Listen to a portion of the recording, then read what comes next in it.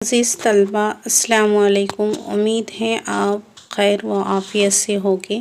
تو copy pen لے کر بیٹھیں، جیسا کہ ہماری شعری اصناف سے ایک ویڈیو اس سے پہلے آ چکی ہیں۔ اب ہم دیکھیں گے دوسری ویڈیو۔ یہ ہماری دوسری کلاس ہوگی شعری اصناف سے، یونٹ 10 سے۔ ہمارا یونٹ 10 میں رکھی میں نے ان چیزوں کو۔ اس سے پہلے کی ویڈیو میں ہم نے قصیدے کے تعلق سے ڈیٹیل میں پوچھا، اصل متن سے ہیں اور آپ کو بہت فائدہ ملے گا۔ نوٹ بک نکال لیں اور پوائنٹ لکھتے چلیں، جو بھی اہم پوائنٹ ہے اسے نوٹ کر لیں۔ تو یہاں پہ ہم دیکھیں گے مرثیہ۔ اب مرثیہ کس کی تعریف میں لکھا جاتا ہے، مرثیے کے کیا اعضائے ترکیبی ہے اور مرثیے کی روایت، ان ساری چیزوں کو ہم ڈیٹیل سے دیکھنے والے ہیں۔ مرثیہ ہم اس نظم کو کہیں گے ہم جو کسی کے موت پر لکھا جاتا ہے، یعنی جو مرنے والے کے اوصاف کو بیان کر کر اس کے غم کا اظہار کیا جاتا ہے۔ تو شخصی مرثیے بھی لکھے جاتے ہیں، وہ بھی دیکھیں گے، اور کربلائی مرثیے یہ بھی دیکھیں گے۔ تو مرثیہ ایسی نظم کو کہتے ہیں جس میں کسی کی موت پر اس کے اوصاف بیان کر کر رنج و غم کا اظہار کیا جاتا ہے، اسے ہم کہیں گے مرثیہ۔ اردو میں مرثیے کا لفظ میدان کربلا میں حضرت امام حسین اور ان کے دیگر رفقا کی شہادت کے بیان سے مخصوص ہو گیا ہے، لیکن لوگوں کے موت پر کہے جانے والے مرثیوں کو ہم شخصی مرثیہ کہتے ہیں۔ اردو شاعری کی دوسری اہم اصناف کی طرح اس کی پیداوار بھی کہاں سے ہوئی؟ دکن سے ہوئی، یعنی اس کی ابتدا بھی کہاں سے ہوئی؟ دکن سے ہوئی۔ دکن کے عادل شاہی دور اور قطب شاہی دور میں اردو مرثیہ نگاری نے ارتقائی منزلیں طے کی۔ تو عادل شاہی دور اور قطب شاہی دور میں مرثیے نے ترقی کی ہے۔ ابتدا میں مرثیے کے لیے کوئی مخصوص ہیئت نہیں تھی، مخصوص ہیئت میں نہیں لکھے گئے تھے ابتدا میں مرثیے جو بھی لکھے جاتے تھے، لیکن جب سے سودا ہی پہلے شاعر ہے جنہوں نے اسے مرثیے کو کون سی شکل دی؟ مسدس کی شکل دی، یعنی مرثیہ مسدس کی شکل میں لکھے جانے لگے۔ مسدس یعنی 6 بندوں پر مشتمل نظم کو کہیں گے۔ یہی حیت اختیار کی گئی ہے مرثیہ نگاروں نے آگے چل کر، اور یہاں پہ مرثیے میں ہمیں ایثار، قربانی، شرافت و انسانیت جیسے اعلیٰ اقدار کی خاص اہمیت ہے۔ اب شمالی ہندوستان میں اردو مرثیے کے شاعر کون کون ہیں یہ دیکھ لیتے ہیں، یہ بھی نوٹ کریں آپ۔ شمالی ہند میں اسماعیل امروہی یہ پہلے شاعر ہیں، اور ان کا مرثیہ ہے بی بی فاطمہ۔ وفات بی بی فاطمہ رضی اللہ عنہ کی حیت، یہ مثنوی کی حیت میں ہیں۔ تو شمالی ہند میں پہلے شاعر ہے اسماعیل امروہی، دوسرا ان کا مرثیہ ہے بی بی فاطمہ، اور یہ کس حیت میں لکھا گیا ہے؟ تو یہ مثنوی کی حیت میں لکھا گیا ہے۔ اور ان کے بعد دیگر شعراء بھی ہیں، جیسے غداس، سکندر، سعادت، سودا، میر مصحفی اور خیام کے نام اہمیت رکھتے ہیں۔ مرثیے کا دوسرا اہم دور ہے چھنو لال دلگیر۔ میر ضمیر میر خلق سے شروع ہوتا ہے۔ دلگیر پہلے مرثیہ نگار ہیں جنہوں نے مرثیوں میں مکالماتی فضا کا اضافہ کیا۔ اب یہ مکالماتی فضا کا اضافہ کس شاعر نے کیا ہے مرثیے میں؟ تو اس طرح سے بھی کوشچنز بن سکتا ہے۔ تو دلگیر ہے، مکالماتی فضا کو انہوں نے عام کیا مرثیے میں۔ میر ضمیر اور میر خلق تک پہنچتے پہنچتے مرثیے نے سانحہ کربلا کے حوالے سے بیانیہ نظم کی صورت اختیار کر لی، جسے انیس اور دبیر نے درجہ کمال تک پہنچا دیا۔ اب دیکھیں گے مرثیے کے اعضائے ترکیبی کون کون سے ہیں۔ تو اس میں کل 8 مرثیے کے اعضائے ترکیبی ہیں۔ پہلا اس میں آتا ہے چہرہ، چہرہ یہ ہے مرثیے کا ابتدائی حصہ، یہ ہے ابتدائی حصہ ہے چہرہ مرثیے کا، اور اس میں شاعر کیا کرتا ہے کہ تمہید باندھتا ہے مرثیے کی۔ یہ تمہید آپ فطری مناظر پر بھی ہوتی ہیں یا پھر قلم اور شعر کی تعریف میں، شعر کی تعریف میں بھی لکھی جاتی ہیں، کبھی شاعرانہ تعلیق کے بیان اور کبھی موضوع کے مناسبت سے کسی فلسفیانہ مسئلے پر مبنی ہوتی ہیں۔ مثال کے طور پر انیس کا یہ بند ہے، یہاں پہ یہ بند یہ وہ ہے، اس میں یہ بند چلنا وہ باد صبا کے جھونکوں کا دم بدم، مرغانی باغ کی وہ خوش الحانیاں باہم، وہ آب وہ تاب نہر وہ موجوں کا پیچ و خم، سردی ہوا میں پرنا زیادہ بہت نہ کم، کھا کھا کے اوز اور بھی سبزہ ہرا ہوا تھا، موتیوں سے دامنِ صحرا بھرا ہوا۔ تو یہ میر انیس کا بہت نیٹ کے ایگزامس میں یہ پوچھا ہے، یہ کس جزو پر نربھر کرتا ہے، یہ مطلب یہ چہرہ، رخصت، آمد، یا پھر یہ کس جزو کا شعر ہے، اس طرح سے بھی پوچھا جا سکتا ہے۔ تو یہ چہرے کا ہے، یہ بھی یاد رکھیں۔ دوسرا جزو ہوتا ہے مرثیے کا، وہ ہے سراپا۔ اس میں شاعر چہرہ یا تمہید کے بعد مرثیہ نگار مرثیے کے ہیرو کا خاکہ بیان کرتا ہے، یعنی جس کی اسے تعریف کرنا ہے، اس کے خد و خال، قدامت اور شان و شوکت کو بیان کرتا ہے۔ تو یہاں پہ اس مصرعے سے، یہ مصرعے ہیں سراپے کے، آپ دیکھ لیں، اگر اسے پڑھیں گے تو زیادہ ویڈیو لمبی ہو جائیں گی، آپ اسے پاز کر کر بھی دیکھ سکتے ہیں۔ یہاں پہ آپ آ جائیں گے، تیسرا جز ہے ہمارا رخصت۔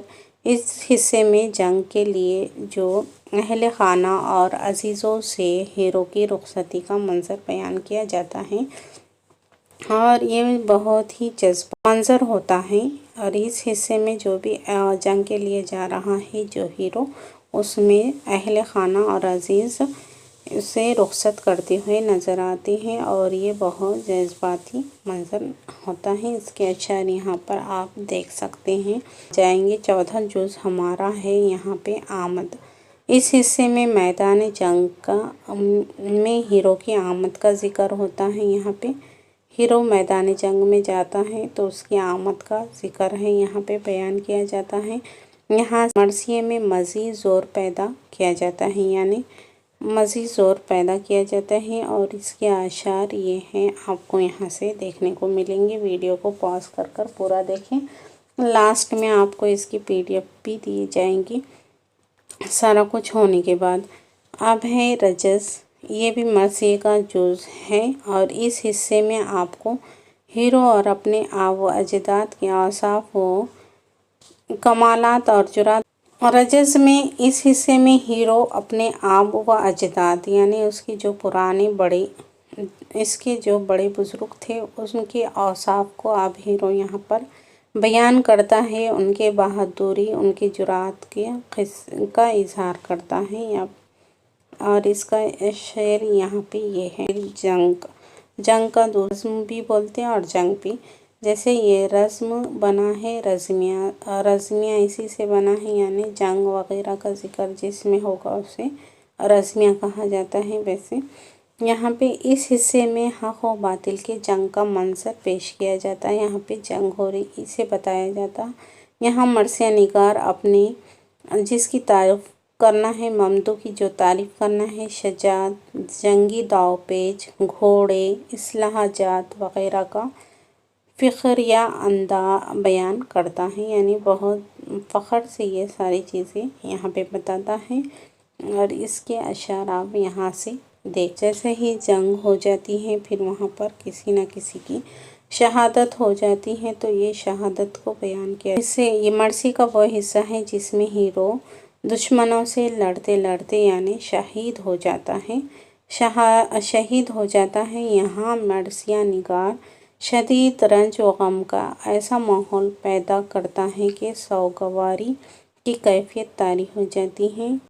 بین میں کیا ہے، بین آخری مرحلہ ہے یہ اس کا، شہادت کے بعد یہ بین آتا ہے یہاں پہ۔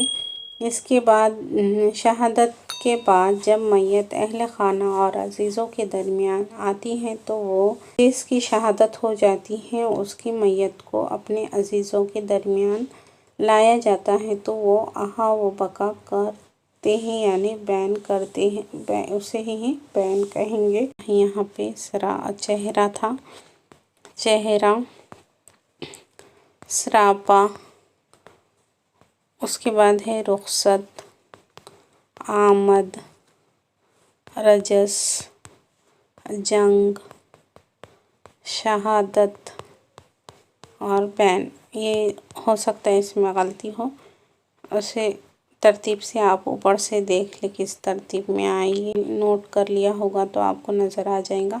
آپ دیکھتے ہیں 20ویں صدی میں جو مرثیے لکھے گئے ہیں ان کا شمار جدید مرثیوں میں ہوتا ہے۔ جدید مراثی کہلاتے ہیں۔ ان کے موضوعات روایتی مرثیے سے مختلف ہیں، یعنی پرانے مرثیے جو ہوتے تھے اس طرح کے مرثیے اب نہیں لکھے جا رہے ہیں۔ روایتی مرثیے میں بزم و رزم سے پہچانا گیا تو جدید مرثیے کی خاصیت یہ ہے کہ اس میں ہمت و عزم کا مرقع بنا ہے۔ جدید مرثیے میں اخلاق کا درس دیکھنے کو ملے گا، جرأت و حوصلہ و فلسفے کا اضافہ ہوا ہے۔ جدید مرثیہ نگاروں نے پرانے مرثیہ نگاروں کے بنائے ہوئے اجزائے ترکیبی کو بھی اپنے مرثیوں میں ضروری نہیں سمجھا، یعنی انہیں اجزائے ترکیبی جو چہرہ، سراپا، رخصت، آمد، یہ ساری چیزیں تھیں تو انہوں نے اس ترتیب کو فالو نہیں کیا ہے جدید مرثیہ نگار نے۔ جدید مرثیہ نگاروں میں جوش ملی آبادی، جمیل مظہری، آل رضا افندی، نسیم امروہی اور سردار جعفری، وحید اختر اور مہدی نظامی اہم ہیں۔ یہ تو جدید مرثیہ نگاروں میں ان کے نام اہم ہیں۔ اب مرثیے کی طرح ایک نوحہ آتا ہے، یہ بھی دیکھ لیں آپ ساتھ میں۔ نوحہ کے لغوی معنی ہے رونے ماتم کرنے کے ہی آتے ہیں۔ اردو میں نوحہ کی روایات اتنی پرانی ہیں جتنی مرثیے اور سلام کی ہیں۔ سلام بھی کیا ہوتا ہے دیکھ لیں گے آخر میں۔ عام طور پر نوحہ مستزاد کی شکل میں لکھا گیا ہے کیونکہ اجتماعی طور پر نوحہ پڑھتے ہوئے کسی ایک مصرعے کو جواباً پڑھا جاتا ہے اور اس کی ردیف میں ہائے ہائے بائے حسین، واویلا، ہائے حسین اور الوداع کے الفاظ ہوتے ہیں۔ یہ نوحہ تو کبھی ایگزامز میں پوچھا نہیں گیا ہے، پھر بھی آپ اسے دیکھ سکتے ہیں، ہو سکتا ہے کہ آگے پوچھ لیا جائے۔ اس کے بعد ہے سلام۔ السلام دیکھ لیں کیا ہے یہ۔ سلام وہ منظوم کلام ہے جس میں پیغمبر اسلام حضرت محمد صلی اللہ علیہ وسلم کے حضور صلوات و سلام کا نذرانہ پیش کیا جاتا ہے۔ سلام کا تعلق نعت ہی کی طرح ہوتا ہے، حضرت محمد صلی اللہ علیہ وسلم کے ساتھ ہی مخصوص ہے یہ بھی سلام بھی، لیکن اردو شاعری کی روایت میں حضور صلی اللہ علیہ وسلم کے علاوہ بھی خلفائے راشدین کے باب میں بھی سلام کے نمونے ہمیں دیکھنے کو ملتے ہیں۔ شہدائے کربلا بالخصوص حضرت حسین کے لیے بھی مرثیے کی شکل میں سلام پیش کیے گئے ہیں۔ یہاں پہ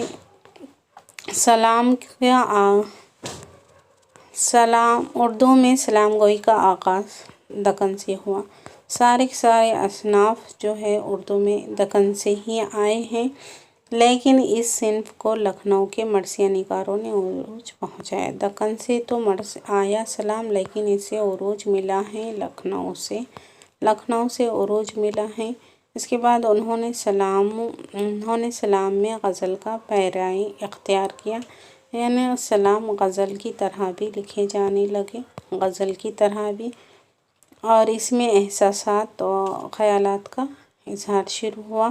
شروع میں جو سلام کہے جاتے تھے وہ عقیدت کی فضا کو ہی اولویت دیتے تھے، بعد میں جو سلام کہے جانے لگے یا پڑھے جانے لگے اس میں زبان و بیان پر زور دیا جاتا ہے۔ سلام کو مستقل حیثیت دینے کے لیے سودا کو اولویت حاصل ہے۔ جس طرح سے محسن کاکوری کو